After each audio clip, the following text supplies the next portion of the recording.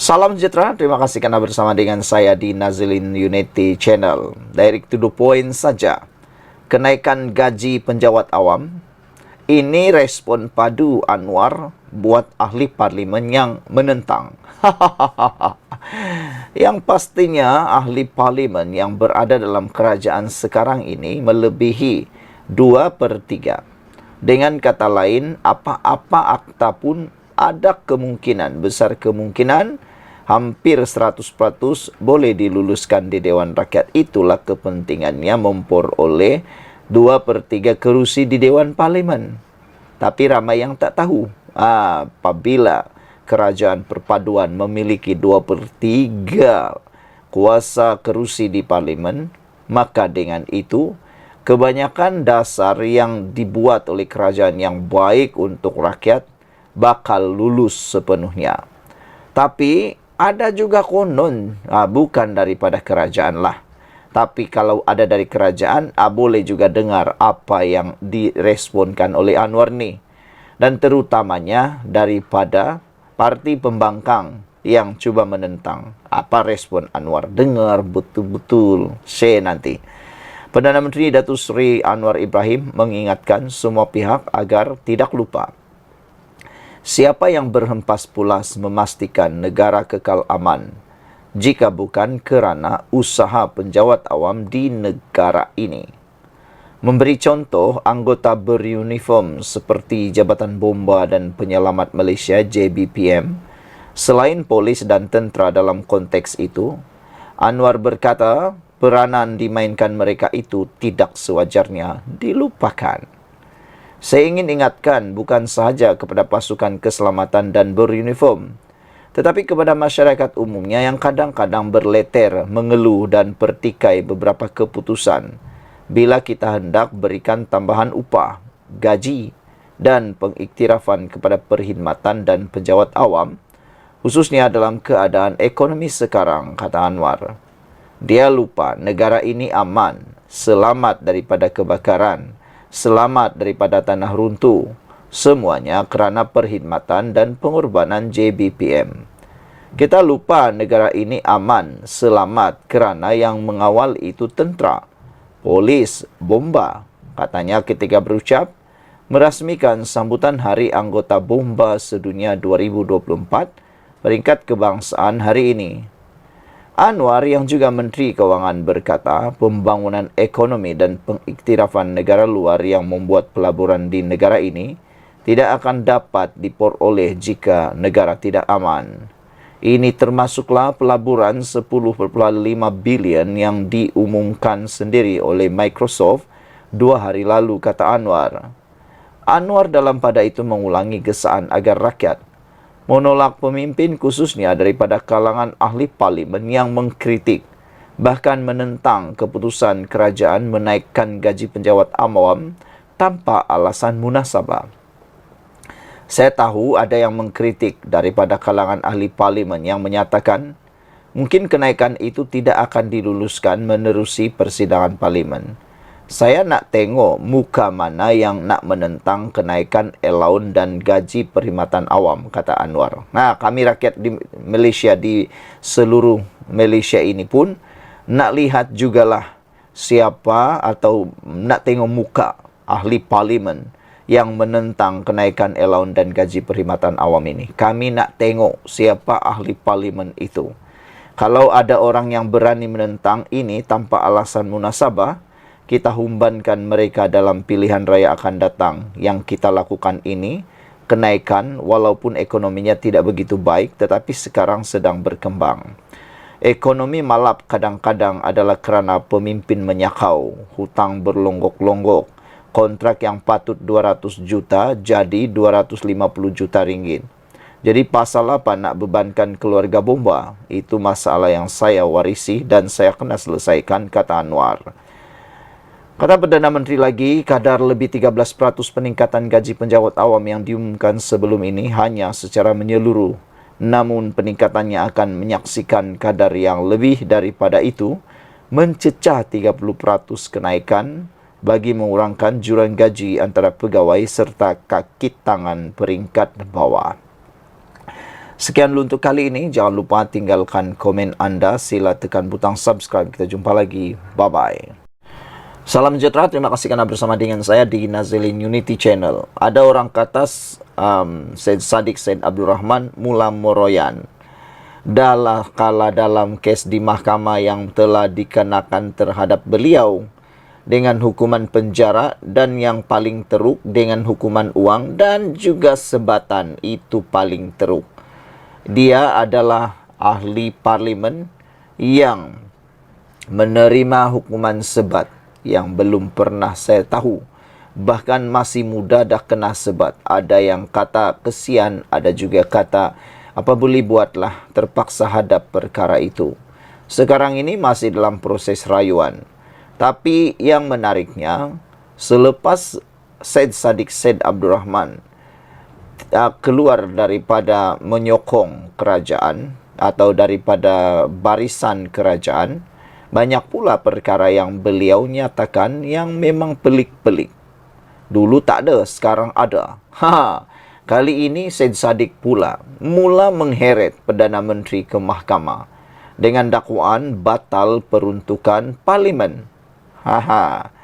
Ahli Parlimen Muar Syed Saddiq Syed Abdul Rahman memohon mahkamah untuk menolak keputusan yang didakwanya daripada Perdana Menteri Anwar Ibrahim dan kerajaan dalam membatalkan RM730,300 bagi kawasan parlimennya iaitu Muar.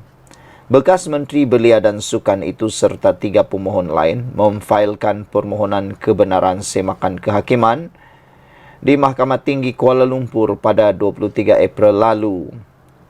3 lagi pemohon ialah pengundi di kawasan Muar. Bekas Presiden muda itu juga memohon perintah Kartiorari untuk membatalkan keputusan yang didakwanya dibuat 2 responden, iaitu Perdana Menteri yang tidak dinamakan dan Kerajaan Persekutuan, untuk membatalkan akses pemohon kepada sistem MyHas yang menguruskan permohonan peruntukan RM2 juta bagi kawasan Parlimen Muar. Menurut salinan afidavitnya, bekas Ketua Armada Bersatu itu mendakwa, kononnya, keputusan peruntukan itu dibuat sejurus selepas muda, membuat keputusan menarik diri daripada Kerajaan Perpaduan pada 10 September tahun lepas. Syed Saddiq berkata dia telah bertemu Timbalan Perdana Menteri II, Fadillah Yusof 2 kali sehingga April tahun ini untuk membincang perkara itu. Namun katanya, Perdana Menteri Anwar Ibrahim dan kerajaan masih gagal menyalurkan peruntukan yang didakwanya itu ke kawasan Muar. Menurutnya, 5 ahli parlimen pembangkang yang berikrar menyokong Anwar serta-merta mendapat peruntukan penuh ke kawasan mereka. Syed Saddiq Syed Abdul Rahman menyebut, ahli Parlimen Labuan Suhaili Abdul Rahman, ahli Parlimen Jeli Zahari Kecik, ahli Parlimen Gua Musang Muhammad Azizi Muhammad Abdul Naim, ahli Parlimen Kuala Kangsar Iskandar Zulkarnain Abdul Khalid, dan ahli Parlimen Tanjung Karang Zulkaperi Hanapi. Pemohon semakan kehakiman diwakili oleh Firma Guaman Tetuan Lim Wei Jie. Saudara-saudara sekalian, ini memang mengejutkan kita semua. Berani sudah Syed Saddiq Syed Abdul Rahman mengheret Perdana Menteri ke mahkamah. Sekian dulu untuk kali ini. Jangan lupa tinggalkan komen anda, tekan butang subscribe. Kita jumpa lagi. Keceluparan mulut Sanusi yang melibatkan Sultan Selangor. Sebelum ini mungkin punca Dewan Tempahan dibatalkan. Kecoh di media sosial, di TikTok, di YouTube, di Facebook, di Instagram, di X menyatakan tentang perkara ini. Sehingga netizen membalas dengan mereka kata sudah lama orang Melayu mengajar tentang kerana mulut badan binasa. Ataupun kerana nilai setitik rosak susu sebelanga. Jadi apa yang berlaku terhadap Sanusi pada waktu ini mungkin boleh menjadi teladan pada orang ramai supaya lebih berhati-hati menggunakan mulut, lidah, dan kata-kata. Jangan-jangan nanti boleh menyebabkan kesusahan pada masa akan datang. Bahkan lebih daripada itu, akan menjerat leher sendiri, kata mereka. Lebih banyak bercakap, lebih banyak kelihatan kebodohannya. Kata netizen, lebih banyak bercakap, lebih dapat memperlihatkan ketidakpintaran seseorang. Keceluparan mulut Sanusi yang melibatkan Sultan Selangor sebelum ini, mungkin punca Dewan Tempahan dibatalkan dan ramai orang tahu, sekarang ini Sanusi masih menghadapi dakwaan tentang yang berkaitan dengan Sultan Selangor, yaitu mengikut Akta Hasutan. Tempahan Dewan berkaitan Majlis Menteri Besar Kedah Muhammad Sanusi Maknor dibatalkan mungkin kerana dia mempunyai sensitiviti dengan kerajaan negeri, terutamanya melibatkan Sultan Selangor, Sultan Sharifuddin Idris Shah.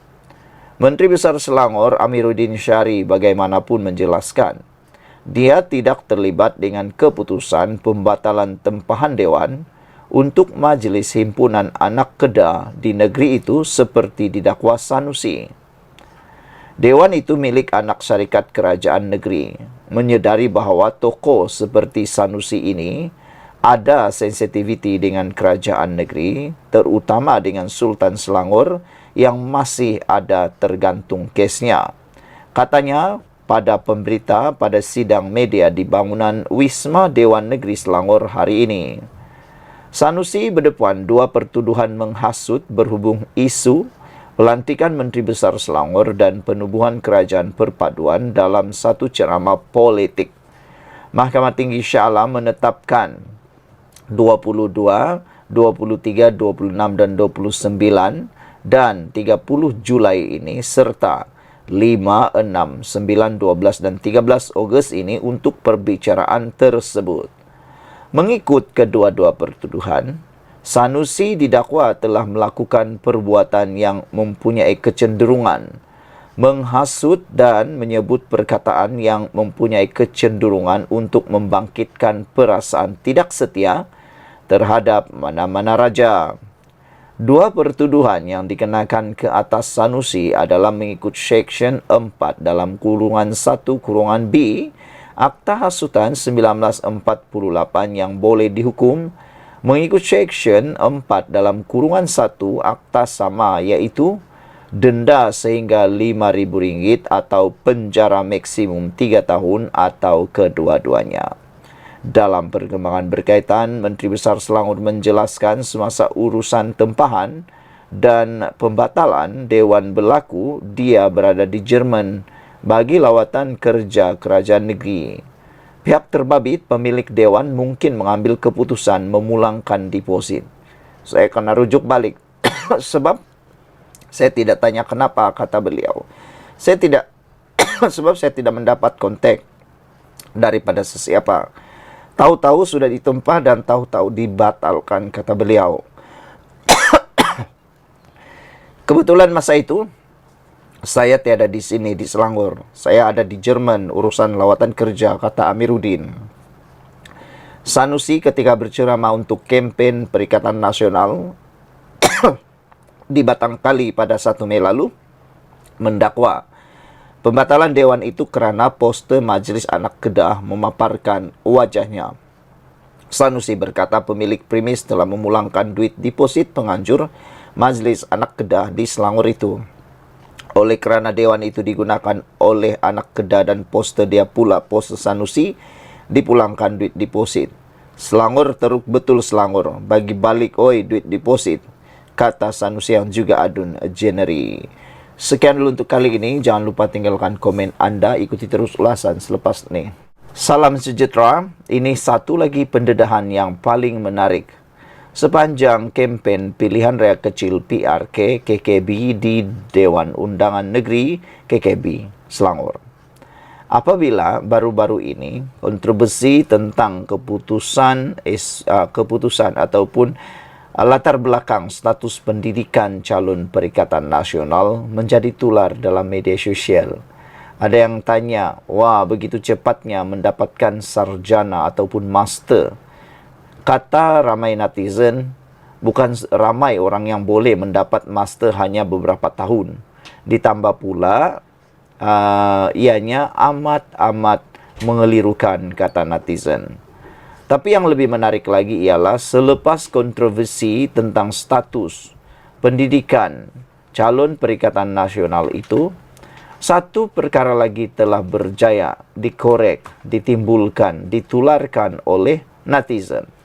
Itulah harus diingat sekarang, netizen ini bak kata pepatah macam mahkamah yang tidak akan berhenti mengorek, menyiasat dan mendedahkan. Semua latar belakang sejarah yang pernah berlaku, yang telah berlaku dan bakal mungkin akan berlaku, berjaya dikorek oleh ramai netizen. Sudah terbukti banyak kali netizen ini bukannya susah untuk menyiasat latar belakang seseorang pada waktu ini. Selepas kontroversi akademik, calon Perikatan Nasional pula berdepan lagi dengan kontroversi hutang. Aduh. Ini menjadi tanda tanya daripada netizen. Kata mereka, adakah dengan pendedahan kontroversi hutang ini boleh menyebabkan pencalonan, status pencalonan calon PN ini bakal dibatalkan ataupun dia akan tarik diri? Saudara-saudara sekalian, dipetik daripada mykmu.net, selepas kontroversi akademik, calon Perikatan Nasional berdepan lagi dengan kontroversi hutang. Pemuda PH mencabar calon Perikatan Nasional iaitu Khairul Azhari Saud untuk mengisytiharkan aset dan liabilitinya. Susulan tular dakwaan, dia menanggung hutang sebanyak 37.363 dengan syarikat kredit Community. Ketua Penerangan Pemuda PH Amar Tan berkata, Khairul Azhari perlu membuat pengisytiharan itu demi membersihkan namanya. Setelah kontroversi berkaitan kelayakan akademik, Khairul Azhari dikatakan pula berhutang dengan Along. Malah dia telah mengelakkan diri apabila ditanya media mengenai dakwaan ini.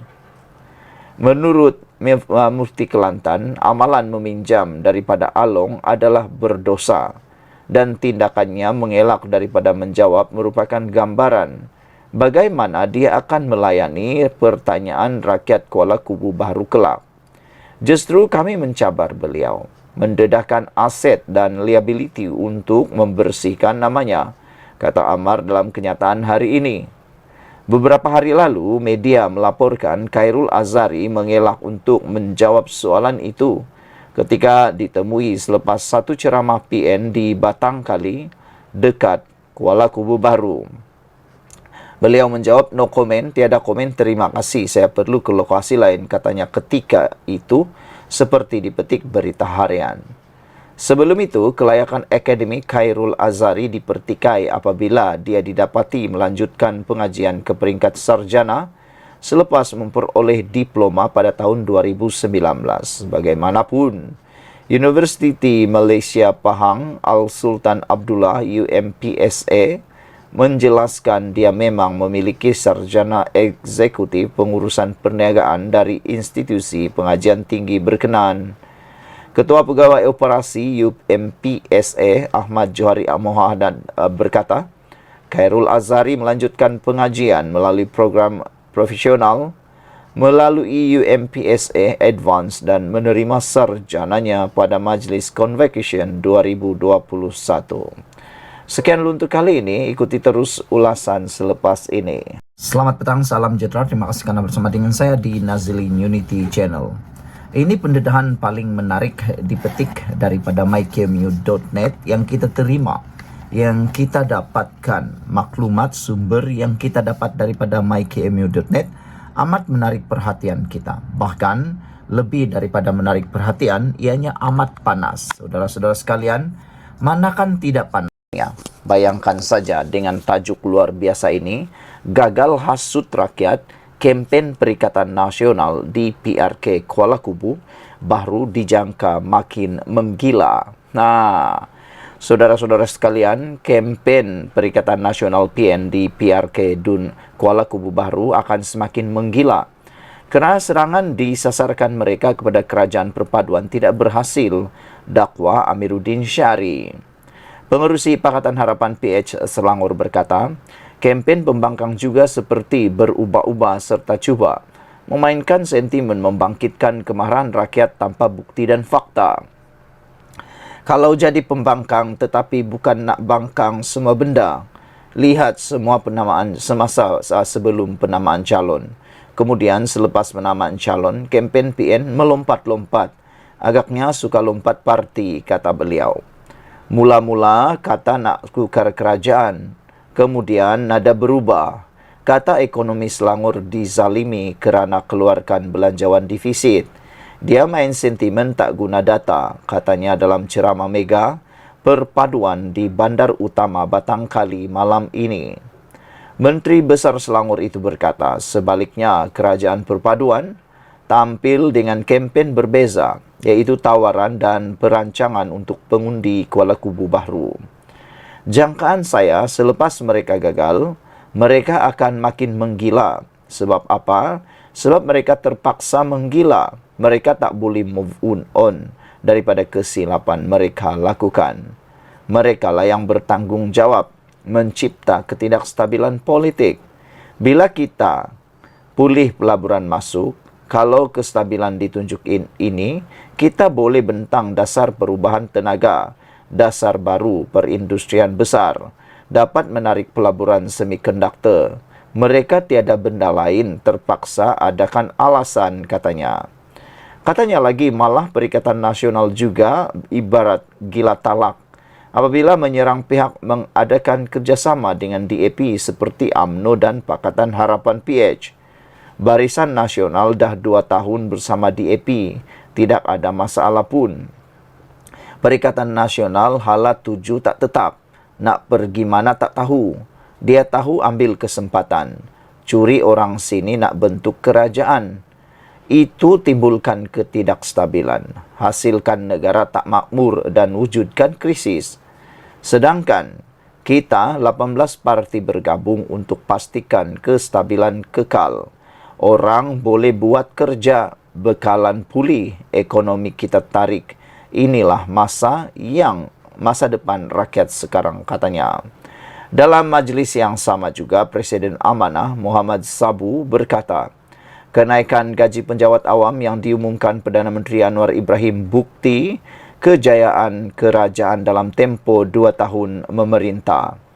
Katanya lagi, banyak lagi pengumuman, lebih banyak pengumuman akan dibuat pentadbiran kerajaan yang berbaki lebih 3 tahun lagi.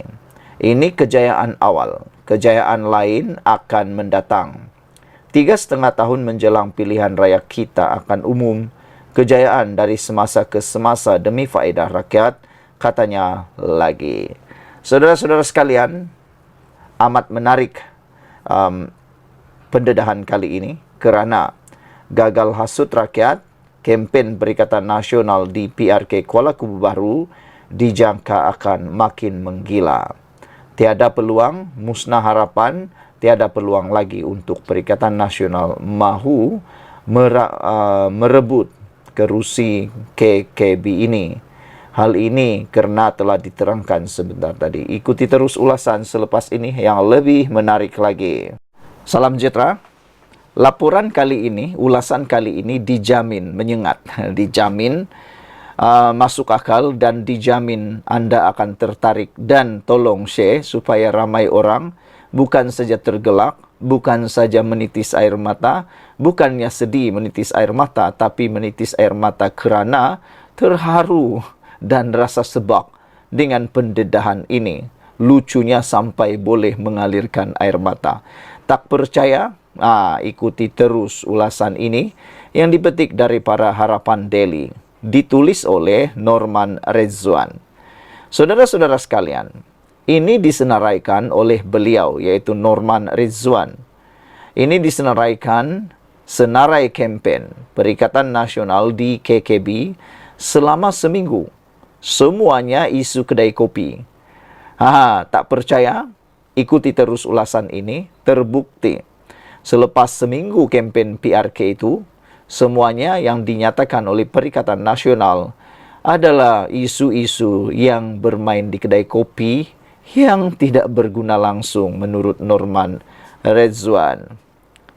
Apa yang ingin dibawa Perikatan Nasional untuk warga Kuala Kubu Bahru? Persoalan ini sangat penting. Apa yang ditawarkan oleh Perikatan Nasional di Kuala Kubu Bahru bagi menumbangkan kerajaan Pakatan Harapan ataupun mau merebut kerusi tersebut? Kegilaan apa pembangkang main isu kedai kopi?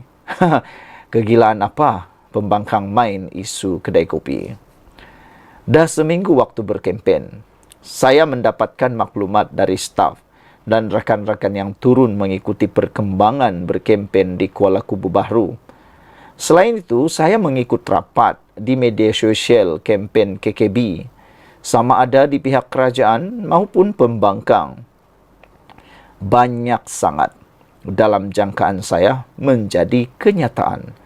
Atau dengan kata lain, ramalanku tepat belaka. Lawak pertama, Saban Pilihan Raya. Jika kita menang, kita akan menjadi kerajaan di mana lanskap politik negara akan berubah. Ini lawak pertama yang menjadi modal kempen Perikatan Nasional. Sudah saban kali berulang-ulang digunakan naratif ini. Kalau kita menang, kita akan jadi kerajaan yang akan mengubah lanskap politik negara. Itu kata-kata Perikatan Nasional setiap kali kempen berlaku. Tapi yang menjadi pertanyaan, daripada celah mana Perikatan Nasional boleh menjadi kerajaan dengan hanya menang satu Dewan Undangan Negeri? Satu Dewan Undangan Negeri. Mentang-mentanglah penyokong mereka, iaitu Walaun, dia punya gebang macam penyokong dia tak pergi sekolah dibuatnya. Kemudian timbul isu kontroversi apabila Ketua Penerangan PAS bertanya pula mengenai taraf pendidikan calon Pakatan Harapan PH. Bila ditunjuk keputusan semua terdiam dan diri sendiri berasa malu. Apa jenis kebodohan meminta keputusan SPM itu? Bahkan netizen kata, cuba nak menjerat musuh, tapi jerat tersangkut di leher sendiri, kata netizen. Tak cukup dengan itu, diungkit pula bahawa calon PH sekolah vernacular. Apa kena-mengena dengan sekolah itu? Sedangkan pemimpin PAS, anak pemimpin PAS, malah dikatakan cucu Presiden PAS juga dihantar di sekolah vernacular. Seperti disangka, isu perkauman. Pilihlah Melayu, jangan pilih calon Cina. Itu pun jadi isu kedai kopi, modal kedai kopi Perikatan Nasional. Isu perkauman. Pilih Melayu, jangan pilih calon Cina. Sedangkan mereka pada pilihan raya umum lalu, meletakkan calon Cina gerakan di 30 kerusi parlimen. Perikatan Nasional pun ada calon Cina daripada parti gerakan, bahkan melibatkan 30 kerusi parlimen.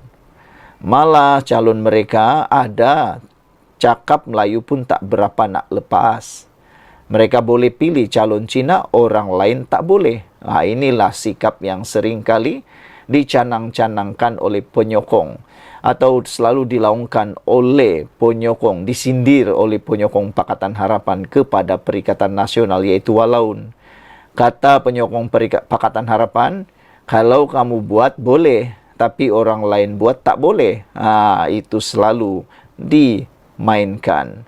Kemudian dimainkan isu Papagomo ditahan polis. Kononnya betapa kejamnya Anwar Ibrahim. Sedangkan apa kena-mengena dengan Anwar Ibrahim? Papagomo yang menghina yang di Pertuan Agong, Perdana Menteri yang dipersalahkan. Aduh, Gila punya cara kempen, kata Norman. Saudara-saudara sekalian, bercakap tentang Papagomo, ramai netizen yang mereka kata, siapa Papagomo nih? Tiba-tiba muncul, tiba-tiba pula macam jadi hero.